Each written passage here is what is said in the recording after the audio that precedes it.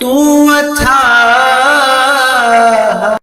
उस अठी पैरी अठ खंड नावा खंड शरीर, तिस विच नौ निध नाम एक भाले गुणी गहीर। कर्मवंती सलाह्या नानक कर गुर पीर, चौथे पहर सुबह के सुरत्यां उपजे चाओ। तिन्ना दरियावां स्यों दोस्ती, मनमुख सच्चा नाओ। उत्थे अमृत वंडिए करमी होए पसाओ। कंचन काया कसिए वन्नी चढ़े चढ़ाओ। जे होवे नदर सराफ की बहुड़ न पाई ताओ। सत्ती पहरी सत भला बईए पढ़िया पास। उत्थे पाप पुन विचारिए कूड़े घटे रास। उत्थे खोटे सिटिए खरे कीचे शाबाश। बोलन फादल नानका दुख सुख खसमे पास।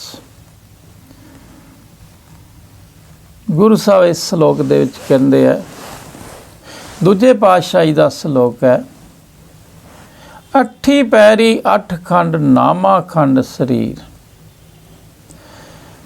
गुरु साहब कहते बाणी पढ़ के सारी समझ आ जाती है, ये ब्रह्मंड की है, शरीर की है, किवें बनया, ये ब्रह्मंड किवें बनया, ये शरीर किवें बनदा, हर एक विषय की सानू समझ आ जाती है। गुरु साहब कहते जिवें धरती के 9 खंडां विच नामा खंड शरीर मन लिया जाए, तां अठे पैर मनुख दे मन दी धरती दे अंदर सारे अठे खंडी पदार्थां विच लगा रहिंदा। अठी पैरी अठ खंड, जिवें 8 पैर है इवें गुरु साहब कहंदे 8 खंड है। शरीर दे 8 खंडां नूं वंडिया गया। नावां खंड शरीर, नौवां इहदे विच नाम भी इहदे विच रखिया, परमात्मा ने शरीर बनाया। ये 8 इहदे जोड़ है ते इहदे विच नाम भी पाया है। तिस विच 9 निध नाम एक भाले गुणी गहीर। पर इह शरीर दे विच नाम नूं कोई विरला ही भालदा, जिहड़ा गुरु दा सिख हुंदा ਉਹ इस शरीर दे विच परमात्मा दे नाम नूं भाल लैंदा। कौन भालदा? कर्मवंती सलाह्या नानक कर गुर पीर। जिन्हां ने आपदा ग्रंथ साहब नूं गुरु मन लिया, पीर मन लिया, वो फिर गुरबाणी अनुसार चलते हैं, कर्मां वाले बन जाते हैं। वो हर वेले परमात्मा दियां सिफतां करदा रहिंदा है। सिफतां कर करके परमात्मा नाल जुड़ जाता है। परमात्मा नूं याद करना ही उहदा नाम है, उहनूं पालना है। वो हर वेले फिर परमात्मा दे गुण गा गा के, पर कोई विरले ही है जिहड़े इस अवस्था ते जांदे आ, बाणी नूं समझदे आ ते कमाउंदे आ, नाम नूं अंदरों भालदे आ। पर नाम उन्हां नूं लभदा जिहड़े परमात्मा नूं गाउणा सिख लैंदे आ, उहदियां सिफतां करनियां सिख लैंदे आ। ते गुरु सानूं परमात्मा दीयां सिफतां करनियां सिखा रिहा, ते वो फिर बड़ा सौखा परमात्मा नूं मिल लैंदा। पर गुरु दे ज्ञान तो बिना उहदियां सिफतां नहीं हुंदियां। गुरु ग्रंथ साहब नूं गुरु मन के ये सारा ये टीचा प्राप्त किया जा सकता, नाम नूं लभ्या जा सकता। पर गुरबाणी की समझ तो बिना कुछ नहीं हुंदागा। चौथे पैर सुबह के सुरत्यां उपदे चाओ। तिन्ना दरियावां स्यों दोस्ती, मन मुख सच्चा ना। गुरु साहब कहते हो फिर गुरु दे सिख आपदे काम कार जाण तो पहला सुबह उठ के गुरु नाल गल्लां करदे है, बाणी समझदे है ते बाणी नूं कमाउण दी कोशिश करदे। ਫਿਰ ਦਿਨੇ ਵੀ ਉਹਨਾਂ ਦੇ ਸੁਰਤੀ 'ਚ ਕੁਛ ਨਾ ਕੁਛ ਬਾਣੀ ਚੱਲਦੀ ਹੈ, ਪਰਮਾਤਮਾ ਬਾਰੇ ਸੋਚਦੇ ਹੈ। ਉਹ ਗੁਰੂ ਸਾਹਿਬ ਕਹਿੰਦੇ ਸਵੇਰ ਦੇ ਚੌਥੇ ਪਹਿਰ ਅੰਮ੍ਰਿਤ ਵੇਲੇ ਗੁਰਬਾਣੀ ਨੂੰ ਸਮਝਦੇ ਹੈ, ਵਿਚਾਰਾਂ ਕਰਦੇ ਹੈ। ਮਨ ਵਿੱਚ ਉਹਨਾਂ ਨੂੰ ਫਿਰ ਚਾਹ ਪੈਦਾ ਹੋ ਜਾਂਦਾ, ਭੁੱਖ ਲੱਗ ਜਾਂਦੀ ਹੈ ਪਰਮਾਤਮਾ ਦੇ ਨਾਮ ਦੀ। ਸੁਬਹ ਗੁਰਬਾਣੀ ਪੜ੍ਹ ਕੇ, ਵਿਚਾਰਾਂ ਕਰਕੇ, ਨਿਤਨੇਮ ਕਰਕੇ ਸਾਨੂੰ ਨਾਮ ਦੀ ਭੁੱਖ ਲੱਗਣੀ ਚਾਹੀਦੀ ਹੈ। ਫਿਰ ਦਿਨੇ ਅਸੀਂ ਕੰਮ ਵੀ ਕਰੀਏ, ਨਾਲ ਇਹ ਦੇਖੀਏ ਵੀ ਨਾਮ ਕੀ ਹੁੰਦਾ, ਕਿਵੇਂ ਪਾਇਆ ਜਾ ਸਕਦਾ ਹੈ। ਇੱਕ ਨਾਮ ਨੂੰ ਪਾਉਣ ਦਾ ਚਾਅ ਪੈਦਾ ਹੋਣਾ ਚਾਹੀਦਾ ਹੈ, ਪਰਮਾਤਮਾ ਨੂੰ ਮਿਲਣ ਦਾ ਚਾਅ ਪੈਦਾ ਹੋਣਾ ਚਾਹੀਦਾ, ਉਹਦੀ ਭੁੱਖ ਲੱਗਣੀ ਚਾਹੀਦੀ। ਫਿਰ ਗੁਰੂ ਸਾਹਿਬ ਕਹਿੰਦੇ ਤਿੰਨਾਂ ਦਰਿਆਵਾਂ ਸੋ ਦੋਸਤੀ, ਮਨ ਮੁਖ ਸੱਚਾ ਸੋਈ। ਕਹਿੰਦੇ ਜਿਵੇਂ ਜਿਵੇਂ ਗੁਰੂ ਗ੍ਰੰਥ ਸਾਹਿਬ ਦੇ ਸਿੱਖ ਨੂੰ ਇਹ ਸਾਰੀ ਸਮਝ ਆਉਂਦੀ ਜਾਂਦੀ ਹੈ, ਉਹ ਮੂੰਹੋਂ ਵੀ ਸੱਚੇ ਪਰਮਾਤਮਾ ਦੀਆਂ ਗੱਲਾਂ ਕਰਦਾ ਹੈ, ਗੁਰਬਾਣੀ ਦੀਆਂ ਕਰਦਾ ਹੈ। ਹੌਲੀ ਹੌਲੀ ਦੇ ਮਨ 'ਚ ਵੀ ਫਿਰ ਬਾਣੀ ਚਲੀ ਜਾਂਦੀ ਹੈ, ਪਰਮਾਤਮਾ ਦੀ ਯਾਦ ਆਉਣ ਲੱਗ ਜਾਂਦੀ ਹੈ। ਅਤੇ ਗੁਰੂ ਸਾਹਿਬ ਕਹਿੰਦੇ ਫਿਰ ਇਹੋ ਜਿਹੇ ਗੁਰਮੁਖ ਦੇ ਅੰਦਰ ਨਾਮ ਦਾ ਪ੍ਰਵਾਹ ਚੱਲ ਪੈਂਦਾ ਹੈਗਾ। ਤਿੰਨਾਂ ਦਰਿਆਵਾਂ ਸੋ ਨਾਲ, ਦਰਿਆਵਾਂ ਨਾਲ ਮਤਲਬ ਉਹਨਾਂ ਗੁਰਮੁਖਾਂ ਦੇ ਨਾਲ ਉਹਦਾ ਦੋਸਤੀ ਬਣ ਜਾਂਦੀ ਹੈ, ਮਨਮੁਖਾਂ ਦੇ ਨਾਲ ਨਹੀਂ ਹੈ। ਉਹ ਫਿਰ ਕਿਹਦੇ ਕੋਲ ਬੈਠਦਾ? ਜਿਹੜੇ ਗੁਰਬਾਣੀ ਦੀ ਗੱਲ ਕਰਦੇ ਆ, ਪਰਮਾਤਮਾ ਦੀ ਗੱਲ ਕਰਦੇ। ਉਹ ਫਿਰ ਉਹੋ ਜਿਹੇ ਦੋਸਤ ਬਣਾਉਂਦਾ ਜਿਹੜੇ ਮੁੱਖੋਂ ਵੀ ਪਰਮਾਤਮਾ ਦੀਆਂ ਗੱਲਾਂ ਕਰਦੇ ਆ, ਬਾਣੀ ਦੀਆਂ ਗੱਲਾਂ ਕਰਦੇ ਆ, ਅਤੇ ਅੰਦਰੋਂ ਵੀ ਮਨ 'ਚ ਵੀ ਪਰਮਾਤਮਾ ਦੀਆਂ ਗੱਲਾਂ ਕਰਦੇ ਆ। ਉੱਥੇ ਅੰਮ੍ਰਿਤ ਵੰਡੀਏ ਕਰਮੀ ਹੋਏ ਪਸਾਓ। ਇਸ ਤਰ੍ਹਾਂ ਗੁਰਸਿੱਖ ਮਿਲ ਕੇ ਗੁਰਮਤੇ ਕਰਦੇ ਆ, ਗੁਰੂ ਦੀਆਂ ਗੱਲਾਂ ਕਰਦੇ ਆ। ਜਿਵੇਂ ਜਿਵੇਂ ਅਸੀਂ ਮਿਲ ਕੇ ਇੱਕ ਦੂਜੇ ਨਾਲ ਗੁਰੂ ਦੀਆਂ ਗੱਲਾਂ ਕਰਾਂਗੇ, ਪਰਮਾਤਮਾ ਫਿਰ ਮਿਹਰ ਕਰਦਾ ਰਹਿੰਦਾ। ਅੰਮ੍ਰਿਤ ਨਾਮ ਸਾਡੇ ਮਨ 'ਚ ਵਸਾ ਦਿੰਦਾ। ਇਹ ਜੀ ਸੰਗਤ ਦੇ ਵਿੱਚ ਜਿੱਥੇ ਏਕਮ ਦਾ ਨਾਮ ਲਿਆ ਜਾਂਦਾ, ਉੱਥੇ ਅੰਮ੍ਰਿਤ ਵੰਡਿਆ ਜਾਂਦਾ ਹੈ, ਉੱਥੇ ਅੰਮ੍ਰਿਤ ਨਾਮ ਮਨ 'ਚ ਵਸ ਜਾਂਦਾ ਹੈ। ਇਹ ਰੋਜ਼ ਪ੍ਰੈਕਟਿਸ ਕਰਨੀ ਹੁੰਦੀ ਹੈ। ਸ਼ਾਕਤ ਤੋਂ ਦੀ ਸੰਗਤ ਤੋਂ ਬਚਣਾ ਹੈ, ਗੁਰਮੁਖਾਂ ਦੀ ਸੰਗਤ ਕਰਨੀ ਹੈ। ਪਰ ਗੁਰਮੁਖ ਮਿਲ ਕੇ ਕੇਵਲ ਗੁਰਬਾਣੀ ਦੀ ਗੱਲ ਕਰਨ ਜਾਂ ਇੱਕੋ ਪਰਮਾਤਮਾ ਦੀ ਗੱਲ ਕਰਨ। ਸਤਸੰਗ ਐਸੀ ਹੁੰਦੀ ਹੈ ਜਿੱਥੇ ਇੱਕੋ ਨਾਮ ਦਾ ਵਖਿਆਨ ਹੁੰਦਾ ਹੈ। ਜਿਵੇਂ ਜਿਵੇਂ ਏਕਮ ਦਾ ਅਸੀਂ ਵੱਧ ਤੋਂ ਵੱਧ ਵਖਿਆਨ ਕਰਾਂਗੇ, ਉਹਦੀ ਸਮਝ ਆਊਗੀ, ਉਹਦੇ ਨਾਮ ਦਾ ਅੰਮ੍ਰਿਤ ਸਾਡੇ ਮਨ 'ਚ ਵਸਦਾ ਜਾਂਦਾ। ਕੰਚਨ ਕਾਇਆ ਕਸੀਏ ਵੰਨੀ ਚੜੇ ਚੜਾਓ, ਜੇ ਹੋਵੇ ਨਦਰ ਸਰਾਫ ਕੀ ਬੌੜ ਨਾ ਪਾਈ ਤਾਓ। ਗੁਰੂ ਸਾਹਿਬ ਕਹਿੰਦੇ ਭਾਈ, ਜਿਵੇਂ ਸਰਾਫ ਦੇ ਕੋਲੇ ਕੋਈ ਮਿਲਾਵਟ ਵਾਲਾ ਸੋਨਾ ਚਲਾ ਜਾਂਦਾ, ਉਹਦੇ 'ਤੇ ਸਰਾਫ ਦੀ ਨਿਗਾਹ ਹੁੰਦੀ ਹੈ, ਉਹਨੂੰ ਪਿਓਰ ਕਰ ਦਿੰਦਾ ਹੈ, ਅਤੇ ਉਸ ਕੇਰਾਂ ਤਪਾ ਕੇ ਉਹ ਪਿਓਰ ਕਰਦਾ, ਅਤੇ ਦੁਬਾਰਾ ਉਹਨੂੰ ਤਪਾਉਣ ਦੀ ਲੋੜ ਨਹੀਂ ਪੈਂਦੀ, ਕਿਉਂਕਿ ਪਿਓਰ ਹੋ ਜਾਂਦਾ ਹੈ। ਇਸੇ ਤਰ੍ਹਾਂ ਹੀ ਗੁਰੂ ਸਾਹਿਬ ਕਹਿੰਦੇ ਜਿਵੇਂ ਤਾਓ ਦੇ ਕੇ ਸੋਨੇ ਨੂੰ ਕਸ ਲਾਈ ਜਾਂਦੀ ਹੈ, ਉਹਦੇ 'ਚੋਂ ਮੈਲ ਕੱਢੀ ਜਾਂਦੀ ਹੈ, ਇਵੇਂ ਹੀ ਗੁਰੂ ਵੀ ਸਾਡੇ 'ਤੇ ਗੁਰਬਾਣੀ ਦੀ ਕਸ ਲਾਉਂਦਾ, ਤਾਓ ਦਿੰਦਾ, ਬਾਣੀ ਦਾ ਗਿਆਨ ਦਾ ਤਾਓ ਦਿੰਦਾ, ਅਤੇ ਸਾਡੇ ਅੰਦਰੋਂ ਪੰਜੇ ਵਿਕਾਰ ਕੱਢ ਦਿੰਦਾ, ਪਿਓਰ ਕਰ ਦਿੰਦਾ। ਨਾਮ ਦੀ ਕਿਰਪਾ ਕਰਕੇ ਸਾਡੇ ਮਨ ਨੂੰ ਖਾਲਸ ਕਰ ਦਿੰਦਾ, ਪੰਜੇ ਕਾਬੂ ਕਰ ਦਿੰਦਾ। ਜਦੋਂ ਗੁਰੂ ਦੀ ਇਸ ਤਰ੍ਹਾਂ ਮਿਹਰ ਹੋ ਜਾਵੇ, ਫਿਰ ਉਹ ਦੁਬਾਰਾ ਆਦਮੀ ਮੈਲਾ ਨਹੀਂ ਹੁੰਦਾ, ਪੰਜੇ ਵਿਕਾਰ ਉਹਨੂੰ ਦੁਬਾਰਾ ਨਹੀਂ ਪਕੜ ਸਕਦੇ। ਸੱਤੀ ਪੈਰੀ ਸੱਤ ਭਲਾ, ਬਈਏ ਪੜ੍ਹਿਆ ਪਾਸ, ਉੱਥੇ ਪਾਪ ਪੁੰਨ ਵਿਚਾਰੀਏ, ਕੂੜੇ ਘਟੇ ਰਾਸ। ਗੁਰੂ ਸਾਹਿਬ ਕਹਿੰਦੇ ਸੱਤੀ ਪੈਰੀ ਸੱਤ ਭਲਾ, ਬਈਏ ਪੜ੍ਹਿਆ ਪਾਸ। ਗੁਰੂ ਸਾਹਿਬ ਕਹਿੰਦੇ ਹਰ ਵੇਲੇ ਅੱਠੇ ਪੈਰ ਅੰਮ੍ਰਿਤ ਵੇਲਾ ਬਣ ਜਾਂਦਾ ਹੈ, ਜਦੋਂ ਪ੍ਰਭੂ ਦੇ ਚਰਨਾਂ ਨਾਲ ਜੁੜੇ ਰਹੀਏ ਅਸੀਂ। ਹਰ ਵੇਲਾ ਹੀ ਫਿਰ ਅੰਮ੍ਰਿਤ ਬਣ ਜਾਂਦਾ। ਪਰ ਸ਼ੁਰੂਆਤ ਸੁਬਹ ਤੋਂ ਹੁੰਦੀ ਹੈ। ਸੁਬਹ ਤੋਂ ਨਿਤਨੇਮ ਕਰਕੇ ਬਾਣੀ ਨੂੰ ਸਮਝ ਕੇ ਪਰਮਾਤਮਾ ਨੂੰ ਕਣ ਕਣ 'ਚ ਵਸਣਾ ਵੇਖਣਾ ਹੁੰਦਾ। ਫਿਰ ਉਹਨੂੰ ਅੱਠੇ ਪੈਰ ਯਾਦ ਕਰਨਾ ਸਿੱਖਣਾ ਸੀ। ਪਰ ਗੁਰੂ ਸਾਹਿਬ ਕਹਿੰਦੇ 7 ਪੈਰ ਵੀ ਭਲੇ ਹੋ ਜਾਂਦੇ ਆ ਜਦੋਂ ਅਸੀਂ ਪਹਿਲਾ ਪੈਰ ਪਰਮਾਤਮਾ ਨਾਲ ਜੁੜਨਾ ਸ਼ੁਰੂ ਹੋ ਜਾਈਏ, ਗੁਰੂ ਨਾਲ ਜੁੜਨਾ ਸ਼ੁਰੂ ਹੋ ਜਾਈਏ। ਫਿਰ ਦੂਜੇ 7 ਪੈਰ ਵੀ ਵਿੱਚੇ ਰਲ ਜਾਂਦੇ। 24 ਘੰਟੇ ਅੰਦਰ ਬਾਣੀ ਚੱਲਣ ਲੱਗ ਜਾਂਦੀ ਹੈ, ਪਰਮਾਤਮਾ ਦੀ ਯਾਦ ਆਉਣ ਲੱਗ ਜਾਂਦੀ ਹੈ। ਉਸ ਅਵਸਥਾ 'ਤੇ ਅਸੀਂ ਜਾਣਾ। ਉੱਥੇ ਪਾਪ ਪੁੰਨ ਵਿਚਾਰੀਏ, ਕੂੜੇ ਕਟੇ ਰਾਸ। ਇਸ ਤਰ੍ਹਾਂ ਦੇ ਗੁਰਸਿੱਖਾਂ ਦੀ ਸੰਗਤ ਦੇ ਵਿੱਚ ਚੰਗੇ ਮੰਦਿਆਂ ਦੀ ਵਿਚਾਰ ਹੁੰਦੀ ਹੈ, ਝੂਠ ਦੀ ਪੂੰਜੀ ਘਟਦੀ ਹੈ, ਚੰਗੀਆਂ ਆਦਤਾਂ ਬਣਦੀਆਂ। ਜਿਵੇਂ ਜਿਵੇਂ ਅਸੀਂ ਬਾਣੀ 'ਤੇ ਵਿਚਾਰ ਕਰਾਂਗੇ ਇੱਕ ਦੂਜੇ ਦੇ ਨਾਲ, ਪਰਮਾਤਮਾ ਨਾਲ ਪਿਆਰ ਬਣਦਾ ਜਾਣਾ ਹੈ। ਬਾਣੀ ਸਾਡੇ ਮਨ ਦੇ ਵਿੱਚ ਚੱਲਣ ਲੱਗ ਜਾਣੀ ਹੈ ਅਤੇ ਮਾੜੇ ਵਿਚਾਰ ਖਤਮ ਹੋਣੇ ਸ਼ੁਰੂ ਹੋ ਜਾਂਦੇ। ਉੱਥੇ ਖੋਟੇ ਸੁੱਟੀਏ ਖਰੇ ਕੀਚੇ ਸ਼ਾਬਾਸ਼।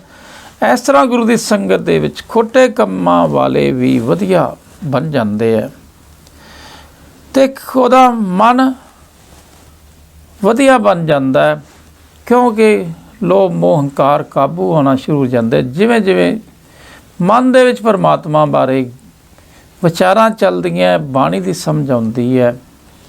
ਫੋਲਣ ਬਾਦਲ ਨਾਨਕਾ ਦੁੱਖ ਸੁੱਖ ਖਸਮੇ ਪਾਸ। ਇਸ ਤਰ੍ਹਾਂ ਗੁਰੂ ਸਾਹਿਬ ਸਮਝਾਉਂਦੇ ਹੈ ਕਿ ਉੱਥੇ ਜੋ ਸੰਗਤ ਕਰਕੇ ਬਾਣੀ ਨੂੰ ਸਮਝਦੇ ਹੈ, ਸਾਰੀ ਸਮਝ ਪੈ ਜਾਂਦੀ ਹੈ ਕਿ ਕਿਸੇ ਵਾਪਰੇ ਦੁੱਖ ਦਾ ਗਿਲਾ ਕਰਨਾ ਵਿਅਰਥ ਹੈ। ਦੁੱਖ ਸੁੱਖ ਪਰਮਾਤਮਾ ਆਪ ਹੀ ਦਿੰਦਾ ਹੈ। ਜ਼ਿੰਦਗੀ 'ਚ ਦੁੱਖ ਵੀ ਆਉਂਦੇ ਆ, ਸੁੱਖ ਵੀ ਆਉਂਦੇ ਆ। ਗੁਰੂ ਦਾ ਸਿੱਖ ਦੁੱਖਾਂ ਨੂੰ ਦੁੱਖ ਨਹੀਂ ਮੰਨਦਾ, ਸੁੱਖਾਂ ਦੇ ਵਿੱਚ ਵੀ ਸੁੱਖ ਨਹੀਂ ਮੰਨਦਾ। ਉਹ ਬਰਾਬਰ ਦੁੱਖ ਸੁੱਖ ਨੂੰ ਬਰਾਬਰ ਮੰਨਣ ਲੱਗ ਜਾਂਦਾ ਹੈ। ਇਸ ਅਵਸਥਾ 'ਤੇ ਅਸੀਂ ਵੀ ਜਾਣਾ, ਪਰ ਜਾਵਾਂਗੇ ਤਾਂ ਹੀ ਜੇ ਬਾਣੀ ਨੂੰ ਵੱਧ ਤੋਂ ਵੱਧ ਵਿਚਾਰੀਏ। ਦਿਨੇ ਵੀ ਕਿਤੇ ਬੈਠ ਕੇ, ਕਿਤੇ ਵੀ ਸਾਨੂੰ ਟਾਈਮ ਲੱਗਦਾ, ਉੱਥੇ ਅਸੀਂ ਬਾਣੀ ਦੀਆਂ ਗੱਲਾਂ ਕਰੀਏ, ਅਕਾਲ ਪੁਰਖ ਦੀਆਂ ਗੱਲਾਂ ਕਰੀਏ, ਤਾਂ ਜਾ ਕੇ ਅਸੀਂ ਉਹਦੇ ਨਾਲ ਜੁੜ ਸਕਦੇ ਹਾਂ। ਕਿਉਂਕਿ ਨਿਰਾਕਾਰ ਹੈ, ਆਕਾਰ ਨਹੀਂ ਹੈ ਉਹਦਾ। ਮਨ 'ਚ ਸੋਚ ਕੇ ਹੀ ਉਹਦੇ ਨਾਲ ਜੁੜਨਾ ਹੈ, ਪਰ ਉਹ ਪੂਰੇ ਗਿਆਨ ਤੋਂ ਬਿਨਾਂ ਉਹਦੇ ਨਾਲ ਜੁੜਿਆ ਨਹੀਂ ਜਾ ਸਕਦਾ। ਉਹ ਗਿਆਨ ਸਾਨੂੰ ਬਾਣੀ ਦੇ ਅੰਦਰੋਂ ਖੋਜਣਾ ਪੈਣਾ ਹੈ। ਪਰ ਬਾਣੀ ਨੂੰ ਜਿੰਨਾ ਖੋਜਾਂਗੇ, ਇੱਕ ਦੂਜੇ ਨਾਲ ਵਿਚਾਰਾ ਕਰਾਂਗੇ, ਉਨਾ ਸੌਖਾ ਇਹ ਕੰਮ ਹੋ ਜਾਂਦਾ ਹੈ। ਮਹਿਲਾ ਦੂਜਾ। ਪੌਣ ਗੁਰੂ ਪਾਣੀ ਪਿਤਾ ਮਾਤਾ ਧਰਤ ਮਹਤ। ਦਿਨ ਸ ਰਾਤ ਦੋਈ ਦਾਈ ਦਾਇਆ ਖੇਲੇ ਸਗਲ ਜਗਤ। ਚੰਗਿਆਈਆਂ ਬਰਿਆਈਆਂ ਵਾਚੇ ਧਰਮ ਹਦੂਰ। ਕਰਨੀ ਆਪੋ ਆਪਣੀ ਕੇ ਨੇੜੇ ਕੇ ਦੂਰ। ਜਿਨੀ ਨਾਮ ਧਿਆਇਆ ਗਏ ਮਸਤ ਕਾਲ। ਨਾਨਕ ਤੇ ਮੁਖ ਉਜਲੇ ਕੀਤੀ ਛੁੱਟੀ ਨਾਲ। ਇਹ ਸ਼ਲੋਕ ਜਪਜੀ ਸਾਹਿਬ ਦੇ ਲਾਸਟ ਦੇ ਵਿੱਚ ਵੀ ਦਰਜ ਹੈ। ਇੱਥੇ ਵੀ ਗੁਰੂ ਸਾਹਿਬ ਦਾ ਬਸ ਥੋੜਾ ਫਰਕ ਹੈ ਇਹਨਾਂ ਦੋਵਾਂ ਸ਼ਬਦਾਂ ਦੇ ਵਿੱਚ। 146 ਅੰਗ ਤੇ ਗੁਰੂ ਸਾਹਿਬ ਨੇ ਦੂਜੇ ਪਾਤਸ਼ਾਹ ਦਾ ਸ਼ਲੋਕ ਹੈ। ਉੱਥੇ ਪਵਨ ਲਿਖਿਆ ਜਪਜੀ ਸਾਹਿਬ 'ਚ, ਇੱਥੇ ਪੌਣ ਲਿਖਿਆ। ਬਸ ਇੱਥੇ ਪੌਣ ਤੇ ਪਵਨ, ਉੱਥੇ ਪਵਨ ਗੁਰੂ ਪਾਣੀ ਪਿਤਾ, ਇੱਥੇ ਪੌਣ ਗੁਰੂ ਪਾਣੀ ਪਿਤਾ ਮਾਤਾ ਧਰਤ ਮਹਤ। ਦਿਨ ਸ ਰਾਤ ਦੋਏ ਦਾਈ ਦਾਇਆ ਖੇਲੇ ਸਗਲ ਜਗਤ। ਉੱਥੇ ਦਿਵਸ ਹੈ, ਇੱਥੇ ਦਿਨਸ ਹੈ। ਦੂਸਰੀ ਲਾਈਨ 'ਚ ਦਿਵਸ ਤੇ ਇੱਥੇ ਦਿਨਸ ਹੈ, ਇੱਥੇ ਨੰਨਾ ਲੱਗਿਆ। ਬਸ ਮੀਨਿੰਗ ਉਹੀ ਬਣ ਗਏ, ਮੀਨਿੰਗ ਉਹੀ ਹੈ, ਪਰ ਜੇ ਸਾਨੂੰ ਸਮਝ ਆ ਜਾਵੇ। ਗੁਰੂ ਸਾਹਿਬ ਕਹਿੰਦੇ ਆ ਸਾਰੀ ਸ੍ਰਿਸ਼ਟੀ ਜਦੋਂ ਕਦੇ ਨਹੀਂ ਸੀ ਕਰੋੜਾਂ ਖਰਬਾਂ ਸਾਲ ਪਹਿਲਾਂ ਹਵਾ ਬਣੀ, ਹਵਾ ਤੋਂ ਪਾਣੀ ਬਣਿਆ, ਫਿਰ ਅੱਗ ਬਣੀ, ਫਿਰ ਧਰਤੀ ਆਕਾਸ਼, ਦਿਨ ਰਾਤ ਰੁੱਤਾਂ ਬਣ ਕੇ ਜੀਅ ਜੰਤ ਪੈਦਾ ਹੋਏ। ਇਸੇ ਤਰ੍ਹਾਂ ਹੀ ਆ ਸਾਡਾ ਸਰੀਰ ਦਾ ਬ੍ਰਹਮੰਡ ਬਣਿਆ, ਵੱਡਾ ਬ੍ਰਹਮੰਡ ਬਣਿਆ, ਜੋ ਬ੍ਰਹਮੰਡੇ ਸੋਈ ਪਿੰਡੇ। ਆ ਸਾਡਾ ਸਰੀਰ ਹੈ, ਛੋਟਾ ਬ੍ਰਹਮੰਡ ਹੈ, ਬਾਕੀ ਵੱਡਾ ਬ੍ਰਹਮੰਡ ਜੀ ਧਰਤੀ ਆਕਾਸ਼ ਪਤਾਲ ਹੈ, ਜੀ ਚ ਇੰਨੇ ਜੀਅ ਜੰਤ ਹੈ। ਪਰ ਕਹਿੰਦੇ ਪਹਿਲਾਂ ਪੌਣ ਬਣਿਆ, ਹਵਾ ਬਣੀ, ਹਵਾ ਤੋਂ ਫਿਰ ਪਾਣੀ ਬਣਿਆ। ਪਰਮਾਤਮਾ ਨੇ ਪਹਿਲਾਂ ਹਵਾ ਬਣੇ, ਅਸੀਂ ਪਹਿਲਾਂ ਹਵਾ ਬਣੇ, ਫਿਰ ਪਿਤਾ ਦੇ ਸਰੀਰ 'ਚ ਜਾ ਕੇ ਪਾਣੀ ਬਣਦਾ ਆਦਮੀ। ਇਵੇਂ ਹੀ ਪਹਿਲਾਂ ਸ੍ਰਿਸ਼ਟੀ ਬਣੀ, ਹਵਾ ਬਣੀ, ਫਿਰ ਪਾਣੀ ਬਣਿਆ, ਫਿਰ ਇਹ ਪਾਣੀ ਮਾਤਾ ਧਰਤ ਮਹਤ, ਉਸ ਹਵਾ ਪਾਣੀ ਤੋਂ ਬਾਹਰ ਦੀ ਧਰਤੀ ਬਣੀ ਤੇ ਮਾਂ ਦੀ ਧਰਤੀ 'ਤੇ ਜਾ ਕੇ ਸਾਡਾ ਇਹ ਸਰੀਰ ਬਣਦਾ ਹੈਗਾ। ਇਹ ਸਰੀਰ ਲੈ ਕੇ ਸਾਰੇ ਇਸ ਦੁਨੀਆ 'ਚ ਆ ਜਾਂਦੇ ਆ। ਪਿਤਾ ਦੇ ਪਾਣੀ ਤੋਂ ਬਿਨਾ ਮਾਤਾ ਦੀ ਧਰਤੀ 'ਤੇ ਇਹ ਸਰੀਰ ਪੈਦਾ ਨਹੀਂ ਹੁੰਦਾ। ਫਿਰ ਜਦੋਂ ਬੱਚਾ ਬਾਹਰ ਆ ਜਾਂਦਾ ਹੈ, ਇੱਥੇ ਦਿਨ ਰਾਤ ਉਹਨੇ ਖੇਲਣਾ ਹੁੰਦਾ, ਦਿਨੇ ਮਾਇਆ ਦੇ ਨਾਲ ਲੜਨਾ ਹੁੰਦਾ, ਰਾਤ ਨੂੰ ਫਿਰ ਉਹਨੇ ਤਿਆਰੀ ਵੀ ਕਰਨੀ ਹੁੰਦੀ ਹੈ, ਗੁਰੂ ਨਾਲ ਮਿਲ ਕੇ ਤੇ ਸੌਣਾ ਵੀ ਹੁੰਦਾ। ਦਿਨ ਰਾਤ ਦੋਈ ਦਾਈ ਦਾਇਆ, ਖੇਲੇ ਸਗਲ ਜਗਤ। ਸਾਰੀ ਦੁਨੀਆ ਨੂੰ ਖੇਡਣਾ ਪੈਂਦਾ, ਸਾਰੇ ਜੀਆਂ ਜਨਤਾ ਨੂੰ ਖੇਡਦਾ। ਪਸ਼ੂ ਪੰਛੀ ਵੀ ਆਪਦੇ ਟਾਈਮ ਨਾਲ ਉੱਠਦੇ ਆ ਤੇ ਸਾਰੇ ਆਪਦੇ ਚੋਗੇ 'ਤੇ ਜਾਂਦੇ ਆ, ਸ਼ਾਮ ਨੂੰ ਫਿਰ ਉਸੇ ਟਾਈਮ 'ਤੇ ਆ ਜਾਂਦੇ ਆ। ਇਵੇਂ ਇਨਸਾਨ ਸਾਰਾ ਦਿਨ ਕੰਮ ਕਰਦਾ, ਸ਼ਾਮ ਨੂੰ ਫਿਰ ਆਪਦੇ ਘਰੇ ਆ ਜਾਂਦਾ। ਚੰਗਿਆਈਆਂ ਬਰਿਆਈਆਂ ਵਾਚੇ ਧਰਮ ਹਦੂਰ, ਕਰਨੀ ਆਪੋ ਆਪਣੀ ਕੇ ਨੇੜੇ ਕੇ ਦੂਰ। ਪਰ ਗੁਰੂ ਸਾਹਿਬ ਕਹਿੰਦੇ ਸਾਰੀ ਉਮਰ 'ਚ ਉਸ ਆਦਮੀ ਨੇ ਸਰੀਰ ਲੈ ਕੇ ਮਨ ਦੇ ਰਾਹੀਂ ਕੀ ਚੰਗੇ ਗੁਣ ਪੈਦਾ ਕੀਤੇ, ਕੀ ਮਾੜੀਆਂ ਆਦਤਾਂ ਪੈਦਾ ਕੀਤੀਆਂ, ਇਹ ਪਰਮਾਤਮਾ ਦੇਖਦਾ। ਚੰਗੀ ਕਰਮੀ ਹੈ ਤਾਂ ਅਸੀਂ ਪਰਮਾਤਮਾ ਦੇ ਨੇੜੇ ਹੋ ਜਾਂਦੇ ਹਾਂ, ਜੇ ਮਾੜੇ ਕਰਮ ਹੈ ਤਾਂ ਪਰਮਾਤਮਾ ਤੋਂ ਦੂਰ ਹੁੰਦੇ ਜਾਂਦੇ ਹਾਂ। ਗੁਰੂ ਸਾਨੂੰ ਪਰਮਾਤਮਾ ਦੇ ਨੇੜੇ ਕਰ ਦਿੰਦਾ, ਚੰਗੇ ਕਰਮ ਕਰਾ ਦਿੰਦਾ, ਪਰ ਮਿਹਨਤ ਆਪੋ ਆਪਣੀ। ਆਪਦੇ ਕਰਮਾਂ ਦੇ ਅਨੁਸਾਰ ਪਰਮਾਤਮਾ ਤੋਂ ਦੂਰ ਹੁੰਦੇ ਜਾਂਦੇ ਹਾਂ। ਲੋਭ ਮੋਹ ਹੰਕਾਰ ਦੇ ਕਾਰਨ ਅਸੀਂ ਪਰਮਾਤਮਾ ਤੋਂ ਦੂਰ ਹੁੰਦੇ ਜਾਂਦੇ ਹਾਂ, ਪਰ ਗੁਰੂ ਪਰਮਾਤਮਾ ਦੀ ਸਿਫਤਾਂ ਕਰ ਕਰਕੇ ਪਰਮਾਤਮਾ ਦੇ ਨੇੜੇ ਕਰ ਦਿੰਦਾ ਤੇ ਸਾਡੇ ਔਗਣ ਖਤਮ ਕਰ ਦਿੰਦਾ। ਪਰ ਗੁਰੂ ਸਾਹਿਬ ਕਹਿੰਦੇ ਭਾਈ ਜਿਨੀ ਨਾਮ ਧਿਆਇਆ ਗਏ ਮਸਤਕ ਕਾਲ।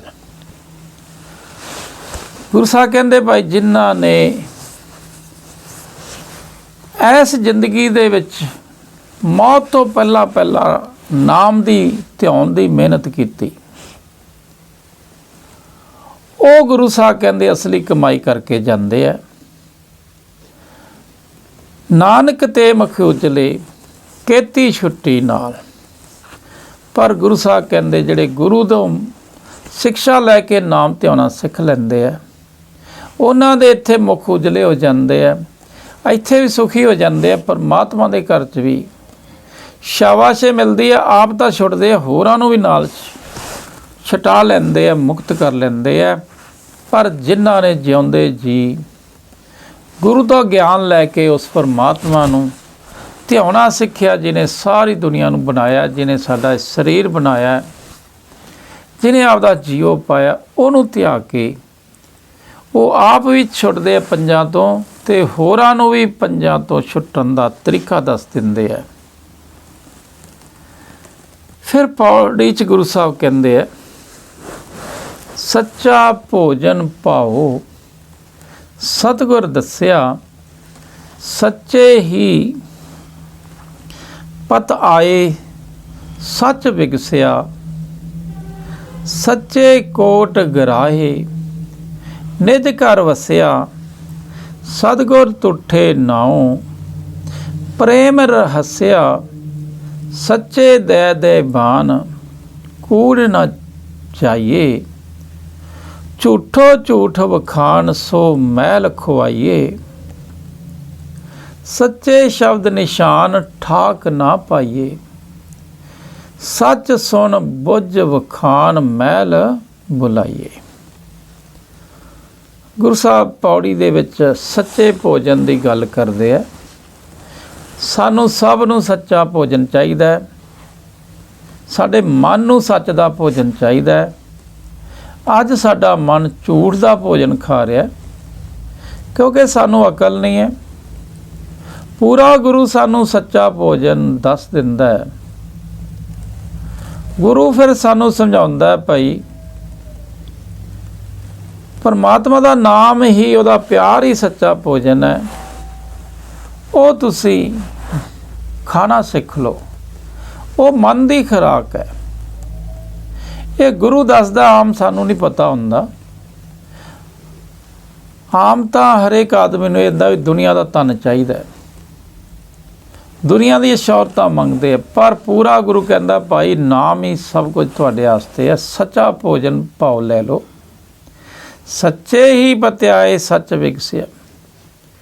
ਉਹ ਮਨੁੱਖ ਸੱਚੇ ਪ੍ਰਭੂ ਨੂੰ ਸਮਝ ਲੈਂਦੇ ਆ ਅਤੇ ਉਹਦੇ 'ਚ ਜੁੜਨਾ ਸ਼ੁਰੂ ਹੋ ਜਾਂਦੇ ਆ। ਉਹਨਾਂ ਦੀ ਭੁੱਖ ਲੱਗ ਜਾਂਦੀ ਉਹਨੂੰ। ਸੱਚੇ ਪ੍ਰਭੂ ਜਿਵੇਂ ਜਿਵੇਂ ਯਾਦ ਆਉਂਦਾ ਜਾਂਦਾ, ਮਨ ਸ਼ਾਂਤ ਹੁੰਦਾ ਜਾਂਦਾ, ਐਨ ਮਨ ਵਿਕਸਦਾ ਜਾਂਦਾ, ਕਮਲ ਵਾਂਗ ਖਿੜਦਾ ਜਾਂਦਾ। ਜਿਵੇਂ ਜਿਵੇਂ ਮਨ ਨੂੰ ਇਹ ਭੋਜਨ ਮਿਲਦਾ ਜਾਂਦਾ, ਉਹਦੀ ਯਾਦ ਆਉਂਦੀ ਜਾਂਦੀ ਹੈ। ਜਿਵੇਂ ਜਿਵੇਂ ਉਹਨੂੰ ਭੁੱਲਦਾ ਜਾਂਦਾ ਹੈ, ਮੁਰਝਾਉਂਦਾ ਜਾਂਦਾ, ਚਿੰਤਾਵਾਂ ਦੇ ਵਿੱਚ ਫਸਦਾ ਜਾਂਦਾ। ਸੱਚੇ ਕੋਟ ਗਰਾਏ ਨਿਜ ਘਰ ਵਸਿਆ, ਸਤਿਗੁਰ ਟੁੱਠੇ ਨਾਉ ਪ੍ਰੇਮ ਰਹੱਸਿਆ। ਕਹਿੰਦੇ ਜਿਵੇਂ ਜਿਵੇਂ ਗੁਰੂ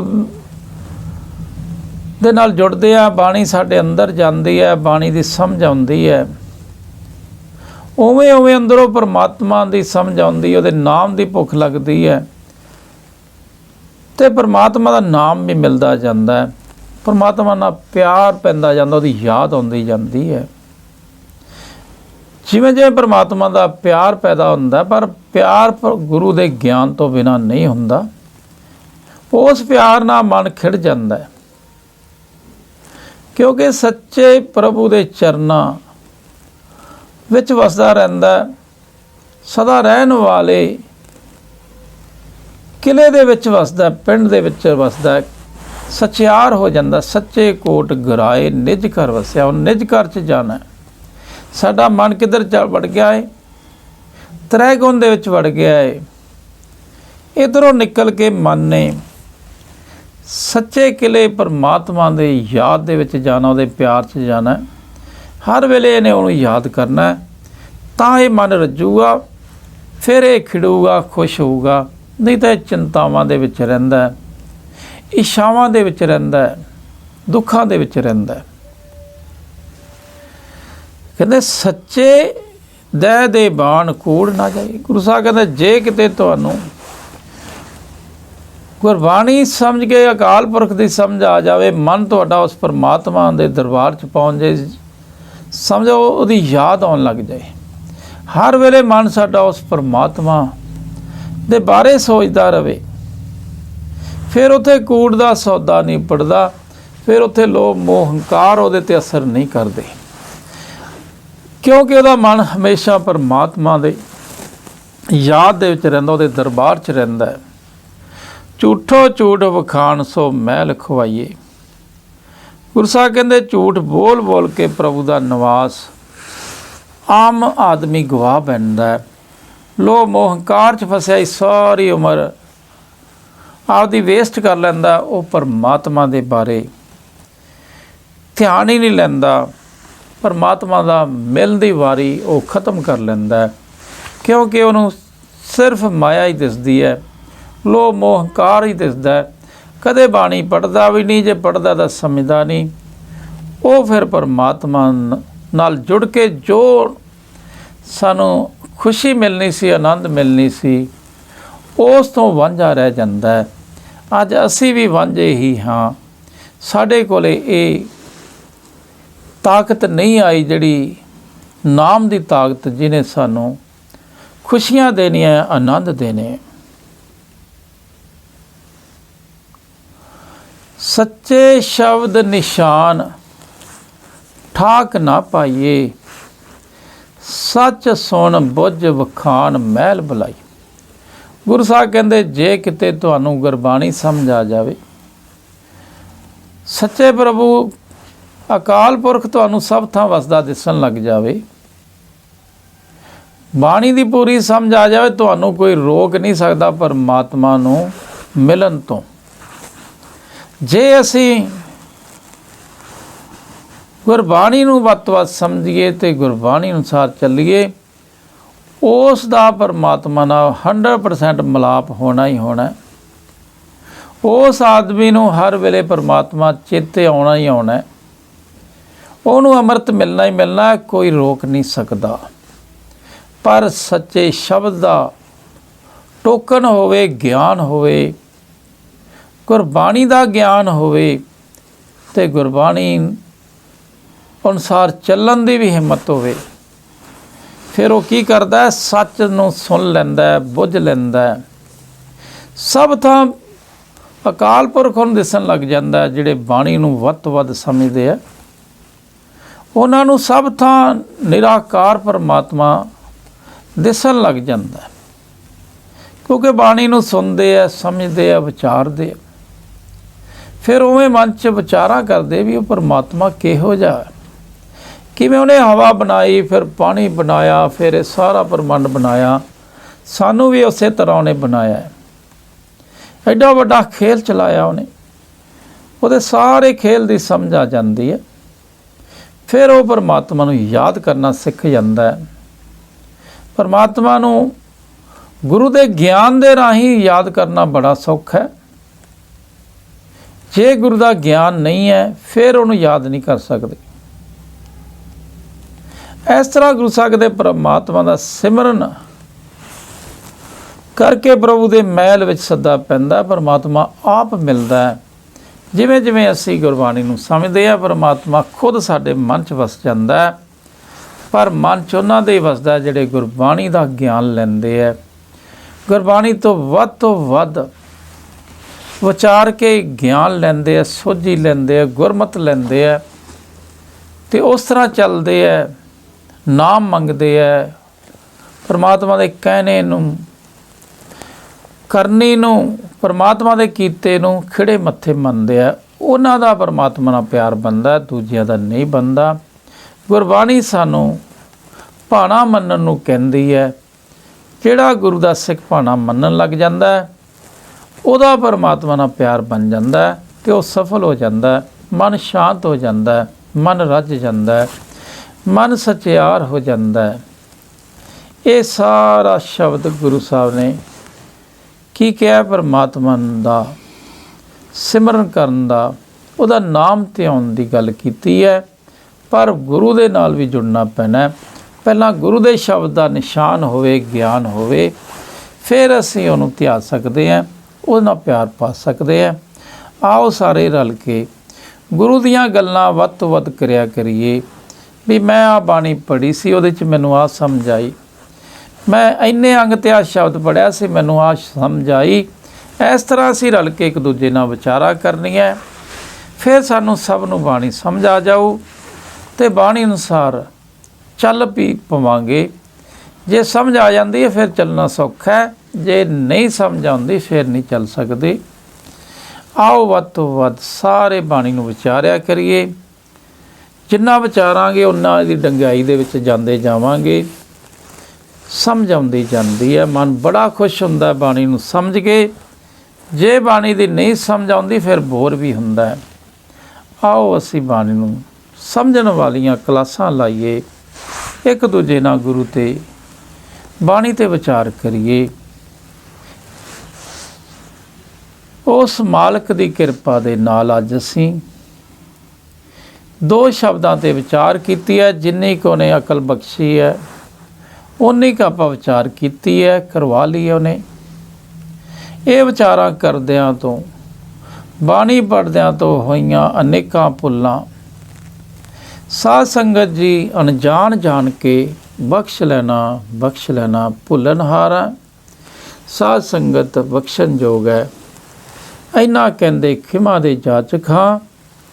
ਵਾਹਿਗੁਰੂ ਜੀ ਕਾ ਖਾਲਸਾ, ਵਾਹਿਗੁਰੂ ਜੀ ਕੀ पाते अबर न तेरी